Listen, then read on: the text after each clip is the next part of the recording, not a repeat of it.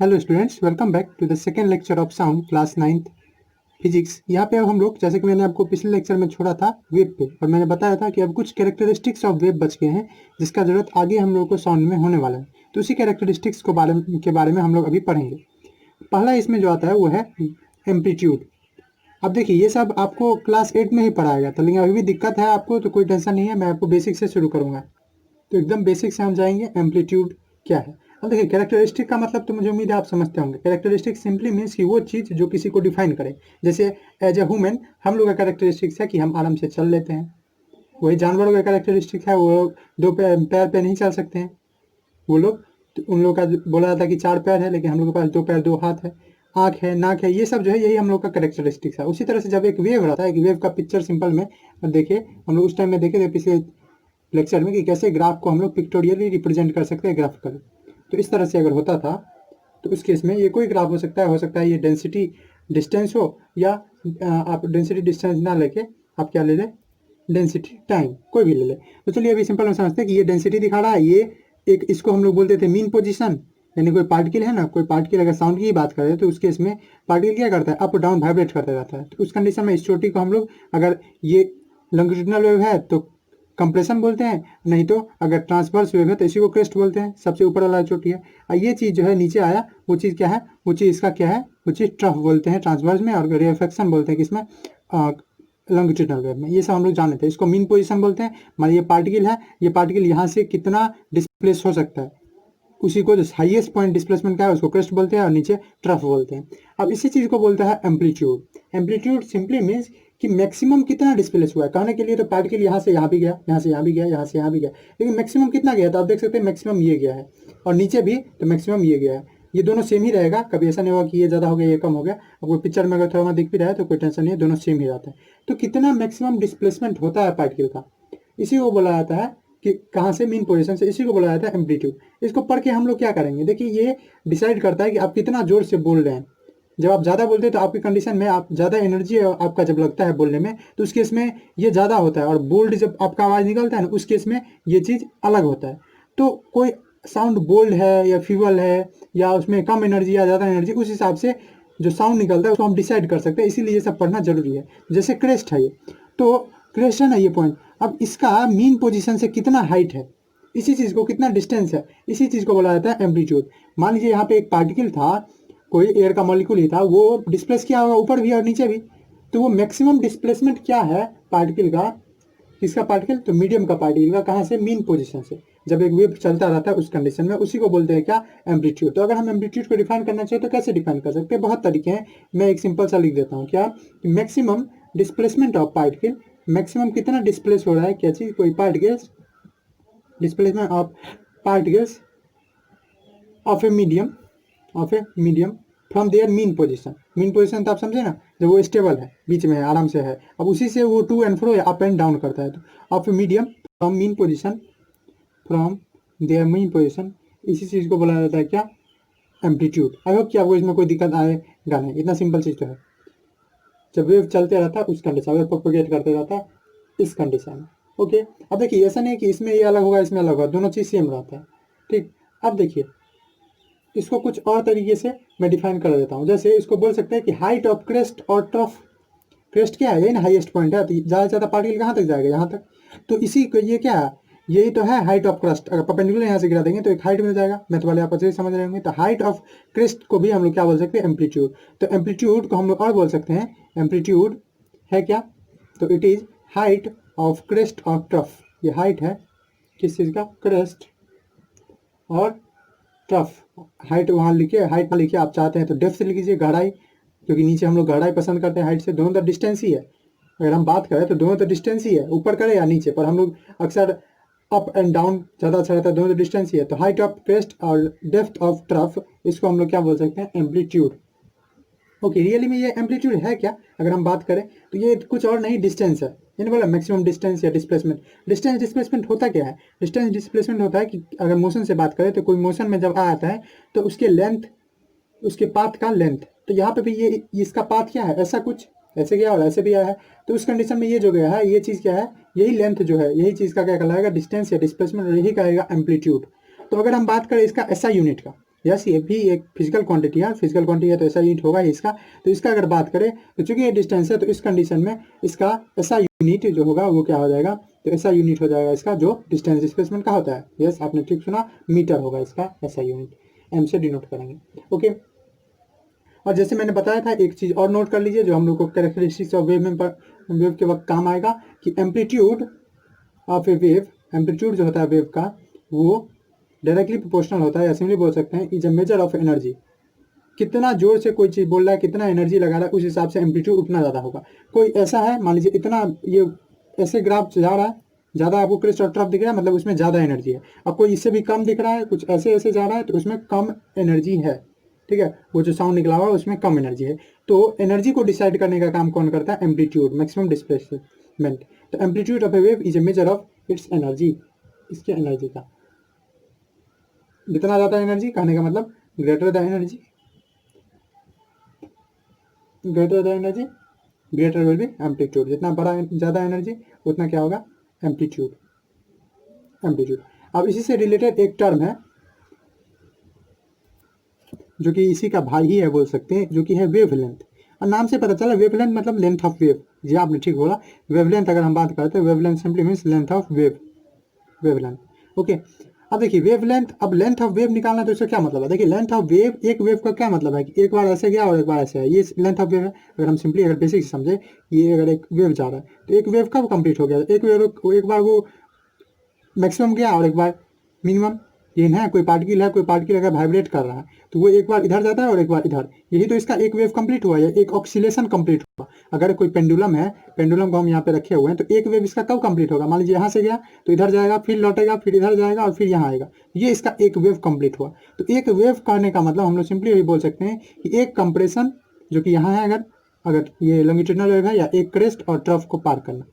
ठीक है, मतलब पूरा अगर एक वेव की बात करें, मतलब एक पूरा ऑक्सीलेशन की बात कर रहे हैं, ऑक्सीलेशन मतलब टू एंड फ्रो, एक पूरे टू एंड फ्रो को क्या बोलते हैं, एक पूरा वेव, जिसको हम लोग बोल सकते थे कि एक पल्स भी कहते हैं, पल्स हम लोग बात किए थे। वही तरह से अगर वेव लेंथ बात हो रही है तो वेव लेंथ से हम लोग क्या समझते हैं, तो वेव लेंथ सिंपली मीन्स, वैसे तो नाम से पता चल रहा है क्या है, ये लेंथ ऑफ वेव है।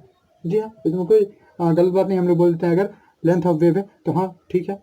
लेकिन इसको डिफाइन कैसे करेंगे, कैसे निकालेंगे, तो देखिए अगर हम यहाँ से यहाँ तक की दूरी निकाल दें, ये दूरी, यही क्या हो जाएगा, यही हो जाएगा लेंथ ऑफ वेव, हो जाएगा यही लेंथ ऑफ वेव।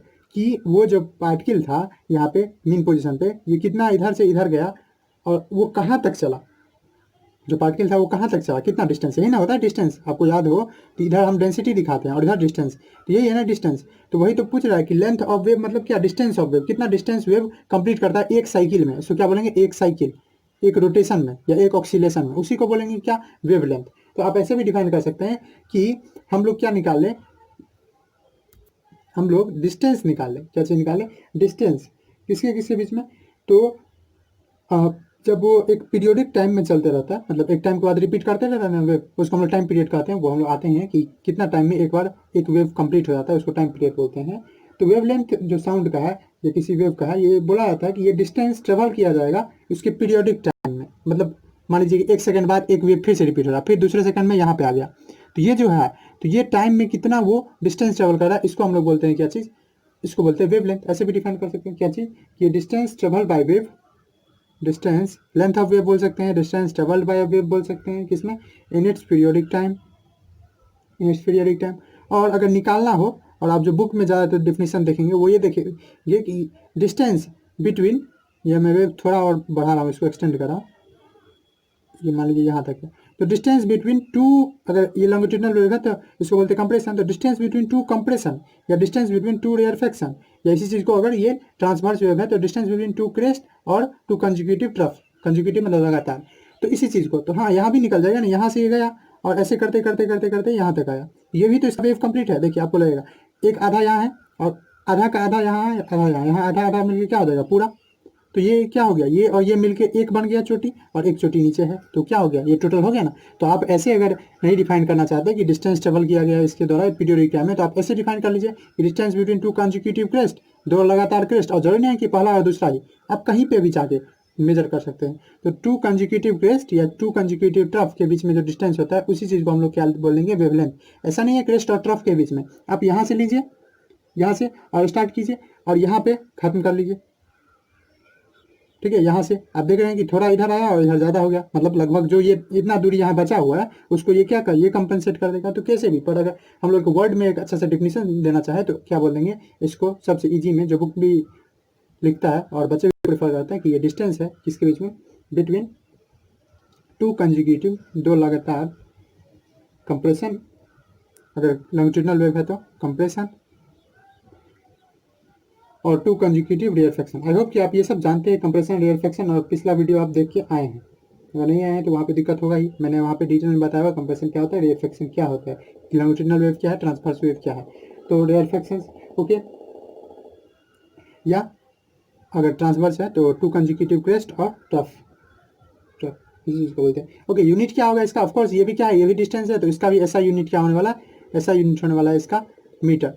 इसके लिए एक स्पेशल सिंबल है, आप ध्यान में रख लें कि वेवलेंथ को हम लोग एक सिंबल देंगे, इट इज डिनोटेड, जैसे एम्पलीट्यूड है, एम्पलीट्यूड को हम ए से डिनोट कर सकते हैं, कैपिटल ए से। इसको डिनोट किया जाता है लैम्ब्डा से, ये सिंबल है, ये क्या बोलते हैं इसका, लैम्ब्डा। ए ही जैसा है और ए में ऐसे करके रखा हुआ है, थोड़ा सा टेढ़ा है, इसको बोलते हैं लैम्ब्डा। तो लैम्ब्डा से हम लोग वेवलेंथ को दिखाते हैं, लैम्ब्डा, अगेन लैम्ब्डा है, ये ग्रीक लेटर है, जैसे हम लोग का एबीसीडी होता है उसी तरह से ग्रीक का एबीसीडी है, ये समझ सकते हैं। ये दो हम लोग कैरेक्टरिस्टिक्स पर है, कौन कौन, एक एम्पलीट्यूड और दूसरा वेवलेंथ। चलिए थर्ड के तरफ बढ़ते हैं। थर्ड हम लोग पढ़ते हैं टाइम पीरियड के बारे में। तो टाइम पीरियड जैसे कि नाम से ही पता चला, और इसके बारे में हम अभी जस्ट यूज भी किए हैं इस वर्ड को, पीरियोडिक टाइम यूज किए थे वहाँ पे, याद है ना आपको, पीरियोडिक टाइम। तो वहाँ पे पीरियड सब क्या होता है इसके बारे में एकदम पिछले ही लेक्चर में डिटेल से बात कर चुका हूँ कि जैसे आपकी क्लास में पीरियड होता है उस तरह से मैं आपको रिलेट करके बता दिया। यहाँ पे हम लोग कैसे डिफाइन करेंगे, तो देखिए एक वेव रहता है। अब एक वेव जब यहाँ से शुरू हुआ ये ऐसे करके कंप्लीट करता है, इसको बोलते हैं एक वेव, ये कंप्लीट हो गया, इसी चीज़ को वेवलेंथ ही बोलते हैं यहाँ से यहाँ तक। तो जब एक वेव कंप्लीट हो गया तो उस कंडीशन में कुछ टाइम तो लगा होगा एक वेव कंप्लीट करने में, या एक साइकिल इसको बोल सकते हैं, वेव का साइकिल कंप्लीट करने में, जैसे साइकिल में ऐसे चक्का होता है ना उस तरह से। तो आधा ये ऊपर वाला और आधा ये नीचे वाला, भले ये दोनों आपको एक साथ नहीं दिख रहा है, एक साथ कैसे हो जाएगा, और ये भी यहाँ पे आ जाए। तो एक वेव साइकिल कंप्लीट करने में, या इसको आप एक ऑक्सीलेशन भी कर सकते हैं, ऑक्सीलेशन में क्या होता है, टू एंड फ्रो, तो ये भी एक बोल सकते हैं, टू गया है फ्रो गया है, ऊपर गया है नीचे गया है। तो एक वेव साइकिल कंप्लीट करने में या एक ऑक्सीलेशन कंप्लीट करने में कितना टाइम लग रहा है, इसी को बोलते हैं टाइम पीरियड, डिनोट करते हैं टी से, यहीं पे लिख देता हूँ मैं। ठीक है, एक टू वेवलेंथ के लिए आपको थोड़ा सा याद रखना है कि इसके लिए एक नया ग्रीक लेटर है, क्या है, लैम्डा। खैर इसके लिए हम लोग क्वेश्चन करेंगे आगे साउंड में भी, तो आपको आराम से क्लियर हो ही जाएगा, इसके बीच में रिलेशन भी हम लोग देखेंगे। तो टाइम पीरियड है क्या, तो time period simply means the time required, वो टाइम जिसका जरूरत होगा किस चीज़ के लिए, एक वेव साइकिल प्रोड्यूस करने के लिए या एक ऑक्सीलेशन करने के लिए। टाइम रिक्वायर्ड टू प्रोड्यूस, या रिक्वायर्ड की जगह आप क्या लिख सकते हैं, taken, the time taken to produce one complete wave, एक कंप्लीट वेव, या आप क्या लिख देंगे, वेव साइकिल, या वेब साइकिल की जगह और ऑक्सीलेशन, एक ऑक्सीलेशन कंप्लीट करने में कितना टाइम लग रहा है, इस चीज को बोलते हैं टाइम पीरियड, कैपिटल टी से डिनोट करते हैं। ओके, जब एक कंप्लीट वेव की बात करें तो एक कंप्लीट वेव में रहता क्या क्या है, तो एक कंप्लीट वेव में एक डिस्प्लेसमेंट रहता है जो कि इक्वल होता है लेंथ ऑफ वेव, यानी वेवलेंथ के बराबर। इसीलिए टाइम जो लिया जाएगा वेव के द्वारा, किसके द्वारा, उतना ही डिस्टेंस ट्रेवल करने में जितना वेवलेंथ है, उसी को क्या बोलते हैं, टाइम पीरियड। एक और तरीके से आप बोल सकते हैं, एक तो हुआ कि एक वेव साइकिल कंप्लीट करने में कितना टाइम लग रहा है, उसको टाइम पीरियड बोलते हैं। या दूसरे तरीके से आप क्या बोल सकते हैं कि time taken by a wave, आपको जो प्रीफर लगे आप, अच्छा है आप उस तरह से समझ लीजिए, वैसे सब एकदम सिंपल सिंपल है, आप देख लीजिए और अपने से डिफिनीशन बनाइए।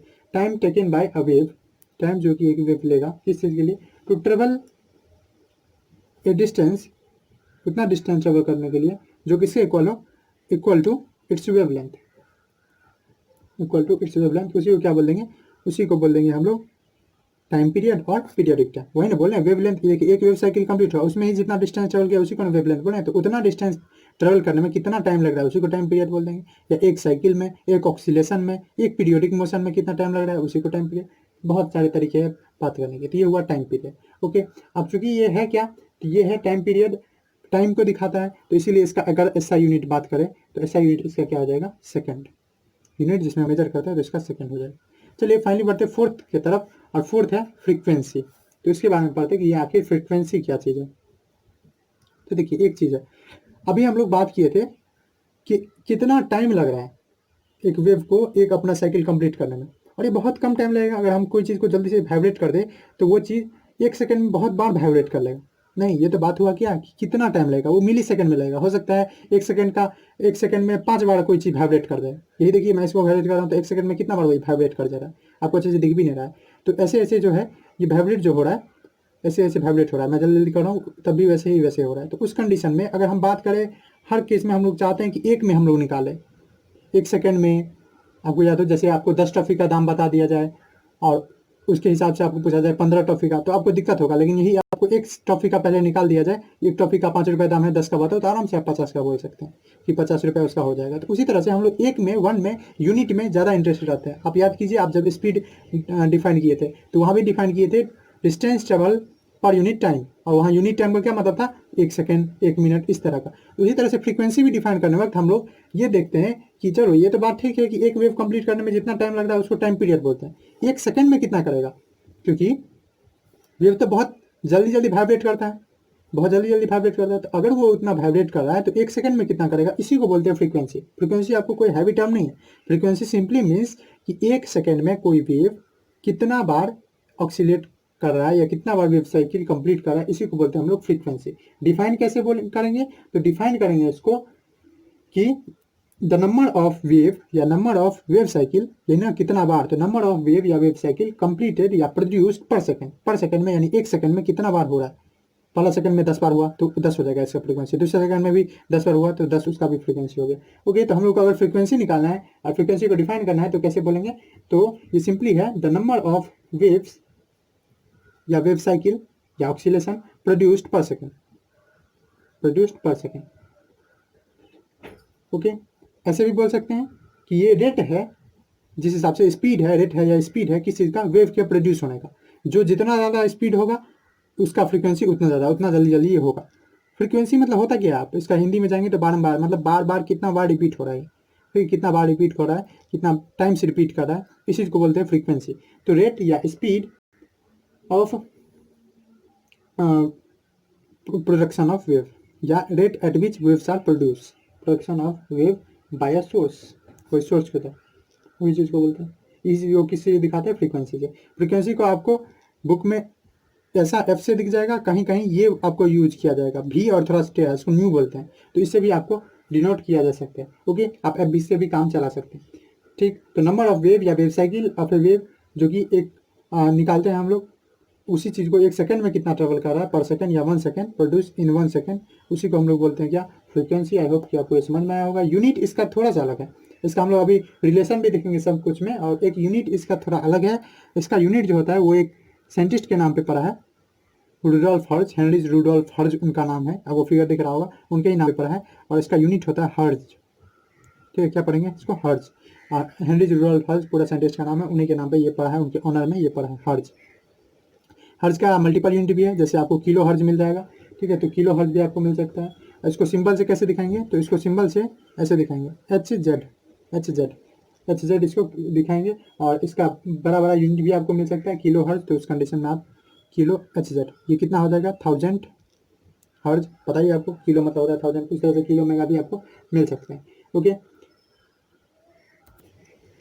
ठीक, अब इसी से एक दो चीज़ बातें कर लेते हैं। मान लीजिए कि हमको डिफाइन करना है एक हर्ज। एक हर्ज क्या होता है, जैसे हम डिफाइन किए थे 1 न्यूटन क्या होता है, इस तरह का। तो एक हर्ज क्या होता है, तो एक हर्ज को अगर हम डिफाइन करना चाहते हैं तो एक हर्ज सिंपली मीन्स कि 1 wave cycle per second. If a wave have 1 wave cycle in 1 second, it is known as, its frequency will be 1 hertz, 1 wave cycle in 1 second. Okay, अगर कोई वेव है जो 25 वेव साइकिल रिपीट कर रहा है 1 second में, 25 बार ऐसे ऐसे ऐसे कर रहा है, एक पूरा वेव कंप्लीट कर रहा है 25 टाइम्स, तो उसका फ्रीक्वेंसी कितना हो जाएगा, 25। अगर 50 बार कर रहा है तो 50, सिंपल बात है।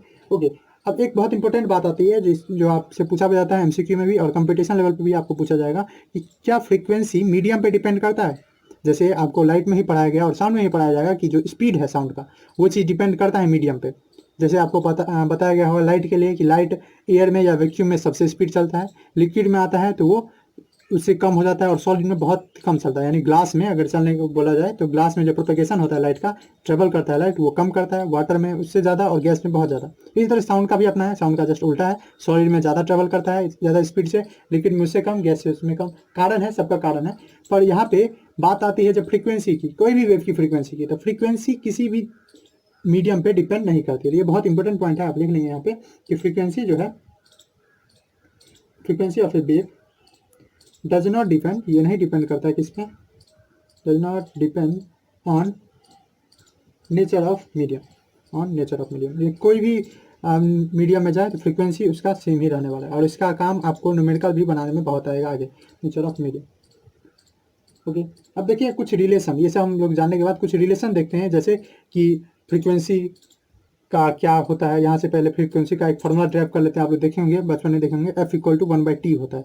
ये कैसे फार्मूला आता है ये भी मैं आपको दिखाता हूँ। और यहाँ से एक डिफाइन करते हैं स्पीड ऑफ वेव, या वेव स्पीड जिसको बोलते हैं, यहाँ पे वेव वेलोसिटी भी कहीं कहीं लिखा रहता है, उसके बारे में बात करते हैं कैसे निकलेगा। तो चलिए बात करते हैं। तो पहले बात इसी का आते हैं, ये F जो है 1/t कैसे हो गया, तो इसको बात करते हैं। तो देखिए फ्रीक्वेंसी था क्या, तो अगर फ्रीक्वेंसी को हम देखें तो फ्रीक्वेंसी था कि कितना बार वेव प्रोड्यूस हो रहा है 1 सेकेंड में, ठीक है। तो इसके डिफिनीशन से ही इसका ये फॉर्मूला डिराइव हो जाता है। हम लोग जानते हैं फ्रॉम डिफिनीशन, डिफिनीशन से क्या जानते हैं, डिफिनीशन से जानते हैं कि टाइम पीरियड जो कि लगता है कंप्लीट करने के लिए एक वेव, वही क्या कहलाता है, इसका टाइम पीरियड, ठीक है। जो टाइम लगता है किसी चीज़ को कंप्लीट करने के लिए, एक वेव को कंप्लीट करने के लिए, उसी को क्या बोलते हैं, टाइम पीरियड कहते हैं, ठीक। तो अगर मान लीजिए कि time period, let we have a time period, we have time period T, time period को हम लोग टी से डिनोट करते हैं, आप जानते हैं कैपिटल टी से। और डिफिनीशन से क्या जानते हैं, डिफिनीशन से हम लोग ये जानते हैं कि टी सेकेंड में मान लीजिए कि एक वेव कंप्लीट हुआ है, ठीक। डिफिनीशन से क्या जानते हैं, डिफिनीशन से जानते हैं कि टाइम पीरियड जो होता है, मैं फिर से लिख ही देता हूँ, time period simply means the time required to complete one wave, to complete one wave, उसी को क्या बोलते हैं, टाइम पीरियड।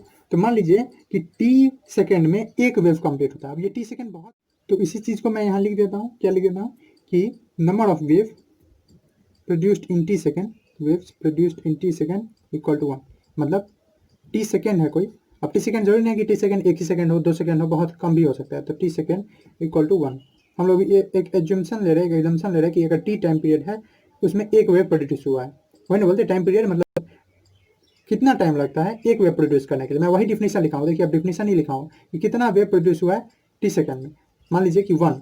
तो मान लिया है कि number of wave produce in T second equal to 1। पर अगर हमको फ्रीक्वेंसी से रिलेट करना है, ये तो टाइम पीरियड हुआ टी, अब हमको अगर फ्रीक्वेंसी से रिलेट करना है, तो फ्रीक्वेंसी बोलता क्या है, फ्रीक्वेंसी सिंपली मीन्स कि कितना वेव कंप्लीट होता है 1 सेकेंड में। मतलब यहाँ पे हमको नंबर ऑफ वेव चाहिए किसमें, 1 सेकेंड में। तो सिंपल यूनिटरी मेथड से हम करें, अगर number of waves produced in 1 second, produced in 1 second, ये सिंपल यूनिटरी मेथड है, आप जानते हैं, वही जो चॉकलेट बिस्कुट वाला आपको रहता है, चॉकलेट बिस्किट वाला, कि अगर मान लीजिए कि 5 टॉफी का 10 रुपये है, तो आप जानते हैं ना 5 का अगर टॉफी का 10 रुपये, मतलब हर टॉफी का 2 रुपये है, कैसे निकालते हैं, तो 5 का 10 है तो 1 का निकालते हैं, तो 1 का 10/5 कर देते हैं, तो 2 हो जाता है। उसी तरह से तो 1 सेकंड में क्या हो जाएगा, तो ये हो जाएगा 1, और यहाँ टी है ना, तो 1/t, इसी से फॉर्मूला आता है, यही number of wave produce in 1 second, इसी को क्या करते हैं, ये पूरा फ्रीक्वेंसी, तो फ्रीक्वेंसी इक्वल टू 1/t। तो फ्रीक्वेंसी का एक आप यूनिट देख ही चुके हैं, क्या देख चुके हैं, तो फ्रीक्वेंसी का एक यूनिट होता है हर्ज, और एक और देख सकते हैं कि 1/t मतलब 1/सेकेंड अगर लग ले, यानी सेकेंड इनवर्स, सेकेंड का पावर -1, इस चीज़ को भी क्या बोलते हैं, ये भी है यूनिट ऑफ फ्रीक्वेंसी। तो कहीं कहीं आपको दिख जाएगा, तो आपको आश्चर्य ज़्यादा नहीं होना, थोड़ा सा मैंने आपको बताया होगा कि किसी चीज़ का यूनिट जो है वो आराम से निकल जाता है उसके फॉर्मूले से। तो इसका ये फॉर्मूला हो गया, बहुत जगह आपको काम आएगा ये। अभी भी हम लोग एक क्वेश्चन करेंगे, जस्ट हम लोग वेव वेलोसिटी एक बचा हुआ, उसको कंप्लीट कर लेते हैं, और उसके बाद जस्ट एक क्वेश्चन भी करेंगे इस पर, जिसमें हम लोग ये फॉर्मूले सबका यूज़ करेंगे।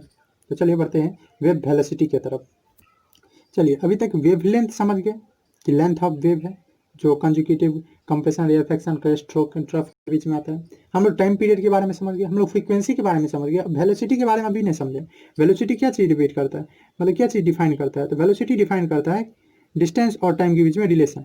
तो अगर वेलोसिटी ऑफ वेव या सिंपली वेव वेलोसिटी के बारे में बात करें, तो वेव वेलोसिटी है क्या, तो वेव वेलोसिटी वही जो था, सिंपली वेलोसिटी वही है, यानी डिस्टेंस, पर इस बार हम लोग किसी बॉडी के द्वारा नहीं, किसी ऑब्जेक्ट के द्वारा नहीं, किसी वेव के द्वारा बात करेंगे, क्योंकि यहाँ वेव वेलोसिटी है। तो डिस्टेंस जो कि ट्रेवल किया जाएगा, कंप्लीट किया जाएगा किसके द्वारा, एक वेव के द्वारा, इन 1 सेकेंड।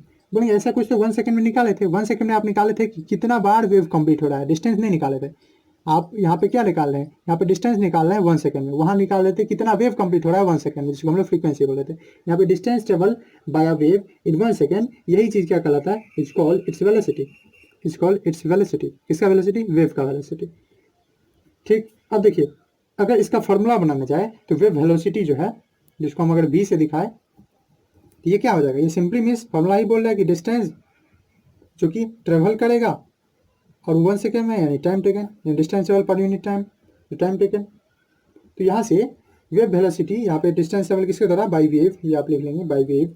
तो उस कंडीशन में डिस्टेंस ट्रेवल, ये डिस्टेंस ट्रेवल क्या होता है, ये चीज़ तो अभी हम लोग पढ़े हैं कि डिस्टेंस जो ट्रेवल करता है वेव, उसको हम लोग वेवलेंथ बोलते हैं ना। तो यहाँ पे आप वेव वेलोसिटी की जब बात करते हैं तो वेलोसिटी इक्वल टू ये क्या हो जाएगा, यहाँ पे इस डिस्टेंस की जगह हम लोग लिख सकते हैं वेवलेंथ, और यहाँ पे नीचे में टाइम की जगह हम लोग क्या लिख सकते हैं, टाइम पीरियड लिख सकते हैं कि नहीं, क्योंकि टाइम टेकन यही ना होता है कि कितना टाइम लग रहा है मोशन को कंप्लीट करने में, और यहाँ पे भी बात हो रही है कि कितना टाइम लगता है एक वेव को कंप्लीट करने में। तो wavelength by time period, wave के केस में इसी चीज़ को हम लोग लिख लेंगे। ओके, तो वेवलेंथ को हम लोग जानते हैं, वेवलेंथ को हम लोग किस चीज़ से दिखाते हैं, तो वेवलेंथ को हम लोग दिखाते हैं लैम्डा से। ओके, और टाइम पीरियड को टी से। तो यहाँ आपके पास फॉर्मूला बन गया क्या चीज़ कि बी ये वेलोसिटी है, एक आपको इस तरह से दिखेगा न्यू, तो ये है फ्रीक्वेंसी, इसीलिए मैं इसको नहीं लिया अभी। तो ये म्यू लैम्डा बाई टी इसका क्या हो गया, वेलोसिटी का फॉर्मूला। ओके, एक और चीज़ आप गौर करेंगे तो यहाँ पे आपको मिल जाएगा एक और formula, v equal to lambda, और ये बाई टी जो है इसको 1/t हम लिख सकते हैं, ऑफकोर्स लिख सकते हैं v इंटू 1/t, तो v by lambda into 1/t, ये तो लेमडा बाई टी ही है। तो इस चीज़ को हम लोग 1/t को किससे रिप्लेस कर सकते हैं, फ्रीक्वेंसी से। आपको याद है ना f इक्वल टू 1/t, अभी हम लोग डिराइव किए थे। तो यहाँ से एक और फॉर्मूला हमारे पास बन सकता है कि v equal to lambda into f, यानी फ्रीक्वेंसी। तो v equal to lambda f, ये भी आपके पास आएगा। इससे हम लोग काम करेंगे कुछ न्यूमेरिकल सब बनाने में, ठीक। ओके, इसका यूनिट क्या हो जाएगा, ऑफ कोर्स ये क्या है, ये वेलोसिटी है, तो इसका यूनिट जो है वो क्या हो जाएगा, इट्स यूनिट, यानी वेलोसिटी का यूनिट विल बी मीटर पर सेकेंड, और इस चीज़ को हम ऐसे भी लिख सकते हैं मीटर सेकेंड इनवर्स। ओके, अब वेलोसिटी जो है वो डिपेंड करता है नेचर ऑफ मीडियम पे। जी आप ठीक सुने, फ्रीक्वेंसी डिपेंड नहीं कर रहा था, लेकिन वेलोसिटी डिपेंड करता है। मतलब यहाँ से आप एक चीज़ देखिए, वेलोसिटी बढ़ घट सकता है लेकिन फ्रीक्वेंसी कांस्टेंट रहेगा। मतलब इस ये जो इक्वालिटी है, इस इक्वालिटी को मेंटेन करने के लिए, अब अगर ये चेंज हो रहा है और ये बोलेगा नहीं हम चेंज होंगे ही नहीं, तो उसके लिए किसको चेंज होना पड़ेगा। अगर ये दोनों 10 के इक्वल है, अब जो है ये क्या हो रहा है, ये अब 5 हो जा रहा है, और ये 10 जो आया है, मान लीजिए कि ये 10 आया है, ये 10 जो आया है वो मान लीजिए प्रोडक्ट से आया है किस चीज़ के, तो मान लीजिए 2 इंटू 5 से आया है। तो अब पहले 10 था तो ठीक था, अब मान लीजिए कि स्पीड जो है वो 15 हो गया, 15 मीटर पर सेकेंड। तो अब इसमें ये तो बोला भैया हम चेंज होंगे नहीं, हम तो फ्रीक्वेंसी है, तो फ्रीक्वेंसी चेंज होगा नहीं मीडियम के हिसाब से, तो चेंज किसको होना पड़ेगा, इसको ऑफकोर्स इसको 3 होना पड़ेगा, तब ना 3 इंटू 5 15 करेगा। मतलब आप समझ गए कि जो वेव में अगर अलग अलग मीडियम है तो वहाँ पे फ्रीक्वेंसी तो बदल नहीं रहा है, वेलोसिटी बदल रहा है, तो वो किसके कारण बदलेगा, तो वो वेवलेंथ के कारण बदलेगा। मतलब अगर जो ये आप वेवलेंथ देखते हैं, इसका साइज बदल जाएगा, इसका डिस्टेंस बदल जाएगा मीडियम के हिसाब से। ये जो बच्चे कंफ्यूज होते रहते हैं कि अगर इस फार्मूले को देखें, फार्मूला में जो है फ्रीक्वेंसी बदलने वाला नहीं है, तो ये वेलोसिटी बदल रहा है, तो बदल कौन रहा है आखिर इसको, तो जवाब है वेवलेंथ, लैम्डा बदल रहा है, इसके लिए वेलोसिटी भी बदल रहा है। ओके, मुझे मेरे ये सब समझ गए हैं आप। ओके, अब एक न्यूमेरिकल कर लेते हैं इसी के बेसिस पे, जिसमें ये फार्मूला सब यूज हो जाएगा और हम लोग अच्छे से इसको समझ भी लेंगे। चलिए बढ़ते हैं क्वेश्चन की तरफ। तो ये रहा आपका क्वेश्चन, यहाँ बोल रहा है कि साउंड वेव, यहाँ हम लोग वेव वेलोसिटी की बात करें या वेव स्पीड की, तो साउंड वेव ट्रेवल कर रहा है स्पीड किसकी स्पीड के साथ, तो 330 मीटर पर सेकंड। मतलब हमारे पास वेलोसिटी आया है कितना, 330 मीटर पर सेकंड। आपको यही तरीका है न्यूमेरिकल बनाने का, आप इन्फॉर्मेशन पहले जमा कर लीजिए, उसके बाद माइंड लगाइए क्या करना है, डायरेक्ट स्टार्ट नहीं हुई है, इन्फॉर्मेशन जमा कीजिए, माइंड लगाइए क्या करना है, रिलेशन आपको याद है अगर क्वान्टिटीज के बीच में वो लाइए, और उसके बाद बनाइए। इतना आप अभी तक बना के आए हैं मोशन सब में, तो ये चीज़ तो जान ही गए होंगे। तो what is the wavelength of sound, मतलब आपको पूछ क्या रहा है कि लैम्डा हमारा क्या होने वाला है, तो lambda wavelength of sound which frequency is 550 hertz. मतलब आपको फ्रीक्वेंसी दिया हुआ है कितना, 550 हर्ट्ज। क्या हमको कोई ऐसा चीज़ याद है जिसमें वेलोसिटी, लैम्डा और एफ यानी फ्रीक्वेंसी सब रिलेटेड है, हाँ है, याद है। पर अगर नहीं याद है तो क्या करें, कुछ नहीं, आप वेलोसिटी का फॉर्मूला याद कर लीजिए। वेलोसिटी क्या होता था, डिस्टेंस ट्रेवल, डिस्टेंस क्या होता है lambda by time taken, distance by time होता है ना, टाइम टेकन, यानी ये आ गया। अब यहाँ से अगर एक दिक्कत है हम लोग को, यहाँ से हम लोग का टाइम पीरियड नहीं है, फ्रीक्वेंसी है, तो आपको ये याद रखना पड़ेगा कि एफ इक्वल टू 1/t, एकदम सिंपल है। और वैसे भी लिख सकते हैं ये टी इक्वल टू 1/f, जरूर नहीं कि एक चीज़ है तो ऐसा नहीं होगा। देखिए क्रॉस मल्टीप्लिकेशन की T into f equal to 1, तो टी कितना हो जाएगा 1/f, ऐसे भी हो सकता है। तो इसीलिए यहाँ से फॉर्मूला कर लीजिए लैम्डा इंटू 1/t, ये अभी हम लोग डिराइव भी किए थे, तो ये क्या आ गया, लैम्डा इंटू एफ आ गया। अब सब कुछ वैल्यू रख लीजिए, आपके पास तो है ही, वी का वैल्यू कितना है, तो वी का वैल्यू है 330 मीटर पर सेकंड रखना है तो रख दीजिए। उसके बाद लैम्डा वेवलेंथ वही तो निकालना है, तो लैम्डा को लैम्डा ही डाल दीजिए। फ्रीक्वेंसी कितना दिया है 550 इंटू 550। तो यहाँ से आप देख सकते हैं क्या क्या चीज़ हो जाएगा, लेमडा जो हो जाएगा वो हो जाएगा 330/550। कुछ कैंसिल होने वाला, हाँ 0 से 0 कैंसिल होने वाला, 11 3 जा 11 5 जा कितना आ गया 3/5 लेमडा है तो वो मीटर हो जाएगा, और आपको तोड़ना है तो क्या कर लीजिए 0.6 मीटर। ठीक है, तो 0.6 मीटर जो है इस वेव का वेवलेंथ हो जाएगा। इस वेव का वेवलेंथ क्या है 0.6 मीटर। तो यही था कैरेक्टरिस्टिक्स ऑफ वेव, उसके रिलेटेड कुछ रिलेशंस जो उसके बीच में रिलेट करते हैं। नेक्स्ट लेक्चर में हम लोग बात करेंगे साउंड के बारे में। अभी तो हम लोग वेव के ही बारे में बात करते हैं, और टेंशन नहीं लीजिए, अब देखिएगा कि अगला पोर्शन आपका बहुत ईजी हो जाएगा अगर आप ये सब पढ़ लिए हैं। जैसे कि मैंने बोला था कि 60 to 70% सिलेबस अगर आप ये पढ़ लेते हैं तो आपका कंप्लीट हो जाता है। मैंने सही ही बोला था, आपको ज़्यादा कुछ पढ़ना नहीं है, आएगा बहुत सारा चीज़, लेकिन वो सब इसी की मदद से हम लोग समझेंगे। ओके, तो नेक्स्ट लेक्चर में हम लोग बात करते हैं प्रोडक्शन और स्पीड ऑफ साउंड, हर एक मीडियम में अलग अलग कैसे होता है, और क्या जो है साउंड प्रोड्यूस कैसे होता है, प्रोपेगेट कैसा होता है, इस सब के बारे में नेक्स्ट लेक्चर में पढ़ते हैं। तब तक के लिए देखते रहिए। Thanks for watching.